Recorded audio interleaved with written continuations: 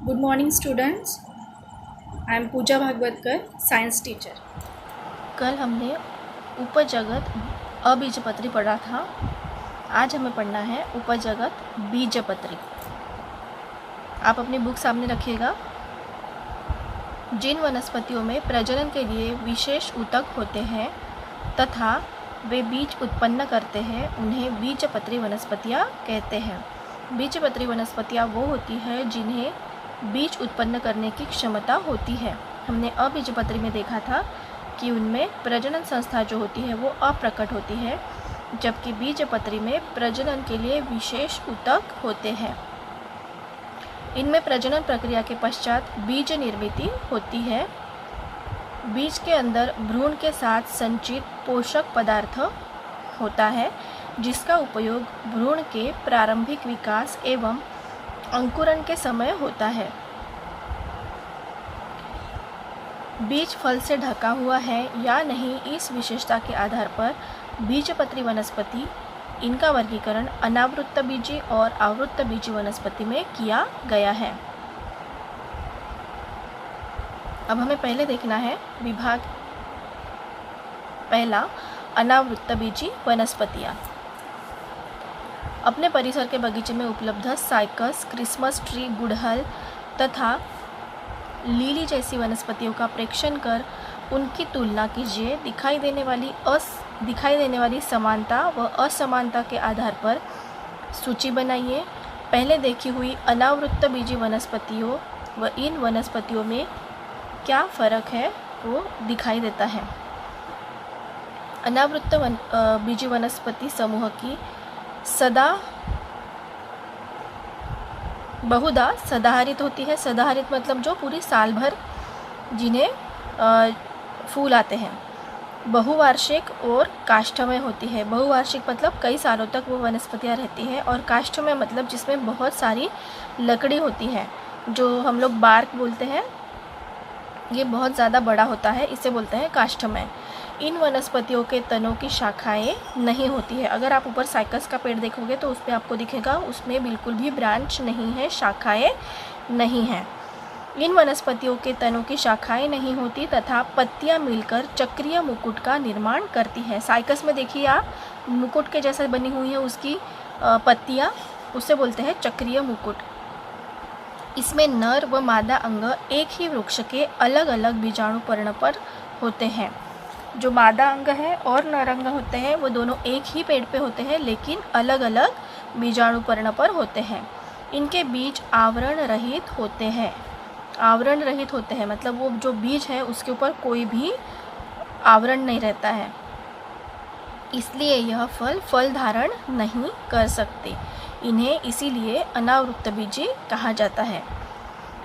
English में इसको बोलते हैं जिम्नोस्पर्म, और जिम्नोस का मतलब होता है अनावृत्त यानी कि खुला, यानी कि कोई आवरण नहीं है जिससे वो, और स्पर्म मतलब बीज। ठीक है, इसका उदाहरण है साइकस, पीसिया मतलब क्रिसमस ट्री, और पाइनस यानी कि देवदार। सबसे अच्छा उदाहरण आपके बुक में दिया हुआ है डायग्राम साइकस का। उसे अगर आप कंपेयर करते हो जो कुछ भी लिखा हुआ है तो आपको पॉइंट्स याद रखने के लिए बहुत आसानी जाएगी। अब जो दूसरा विभाग है आवृत्तबीजी वनस्पतियाँ, इसमें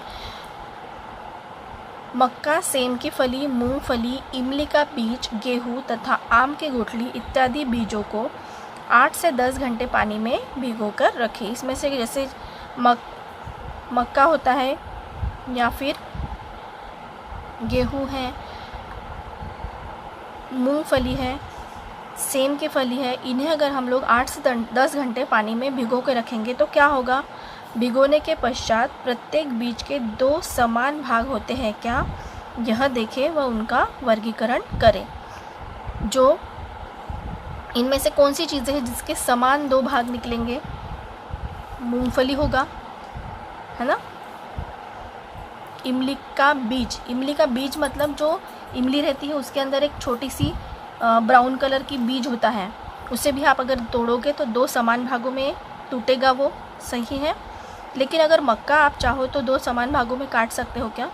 नहीं निकल सकता वो। इन वनस्पतियों में आने वाले फूल एक ही प्रजनन के अंग होते हैं।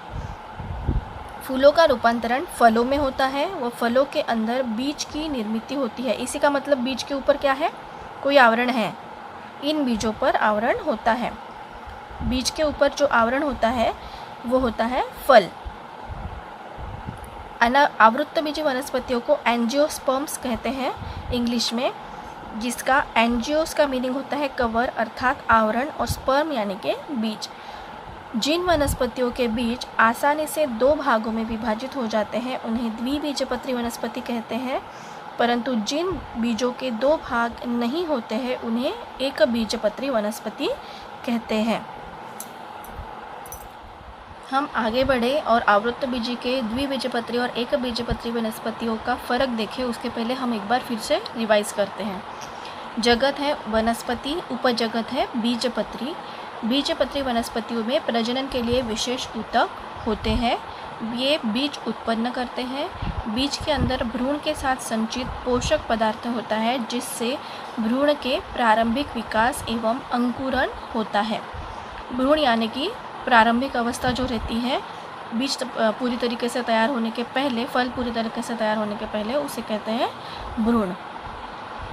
जो ये बीजपत्री है उसे फिर से दो भागों में बांटा गया है। पहला है अनावृत्तबीजी और दूसरा है आवृत्तबीजी। जो अनावृत्तबीजी है उसमें बीज आवरण से ढके हुए नहीं रहते हैं, यानी कि बीज आवरण नहीं होता है। जो आवृत्तबीजी वनस्पतियाँ होती है वो बीजों पर आवरण होता है, यानी कि बीज ढके हुए होते हैं। आवृत्तबीजी वनस्पतियाँ जो है उन्हें फिर से दो भागों में बांटा गया है, द्विबीजपत्री और एक बीजपत्री वनस्पतियाँ।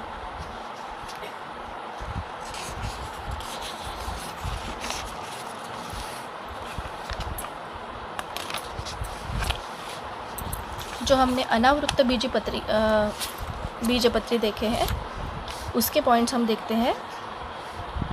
अनावृत्तबीजी वनस्पतियाँ बहुधा सदाहरित होती है, बहुवार्षिक होती है और काष्ठमय होती है। उन्हें शाखाएं नहीं होती है। पत्तियाँ मिलकर चक्रीय मुकुट निर्माण करती है। नर व मादा अंग एक ही वृक्ष के अलग अलग बीजाणु पर्ण पर होते हैं।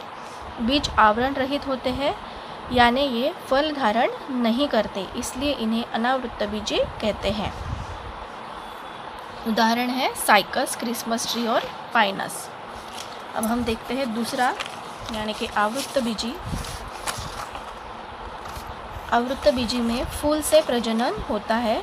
फूलों का रूपांतरण ही फलों में होता है और फलों के अंदर बीज की निर्मित होती है। फलों के अंदर बीज है, यानी कि बीज के ऊपर एक आवरण होता है।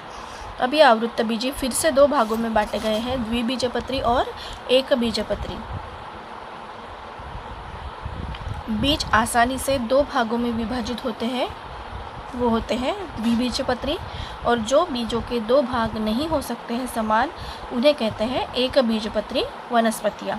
यहाँ तक हम लोगों ने देखा है। अब इन दोनों का जो फ़र्क है द्विबीजपत्री और एक बीजपत्री का, वो हम बुक में देखेंगे पेज नंबर 79 पे।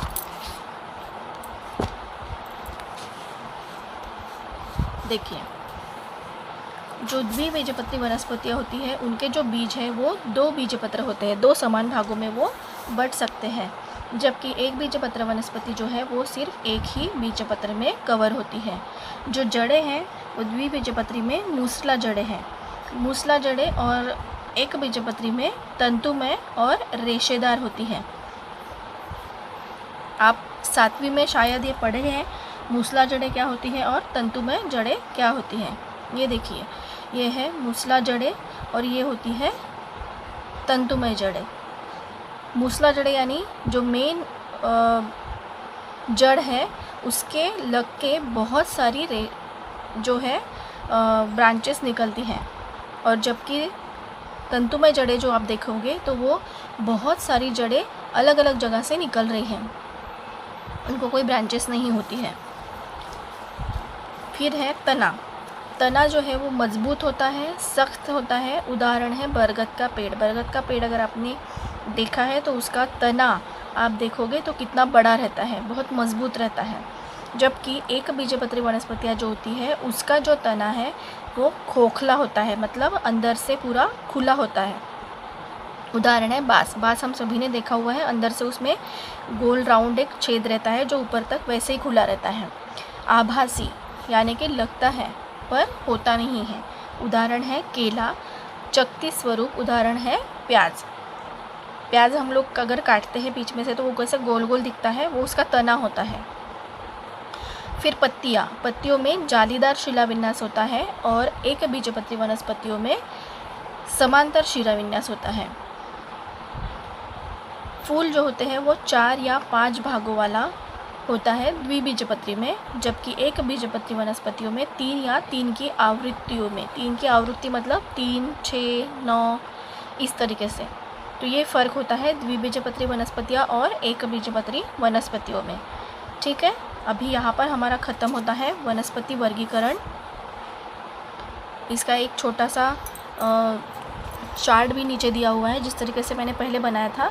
आपको ये कॉपी में अच्छे से लिखना है, ठीक है, और इसे क्वेश्चन आंसर्स कंप्लीट करने हैं।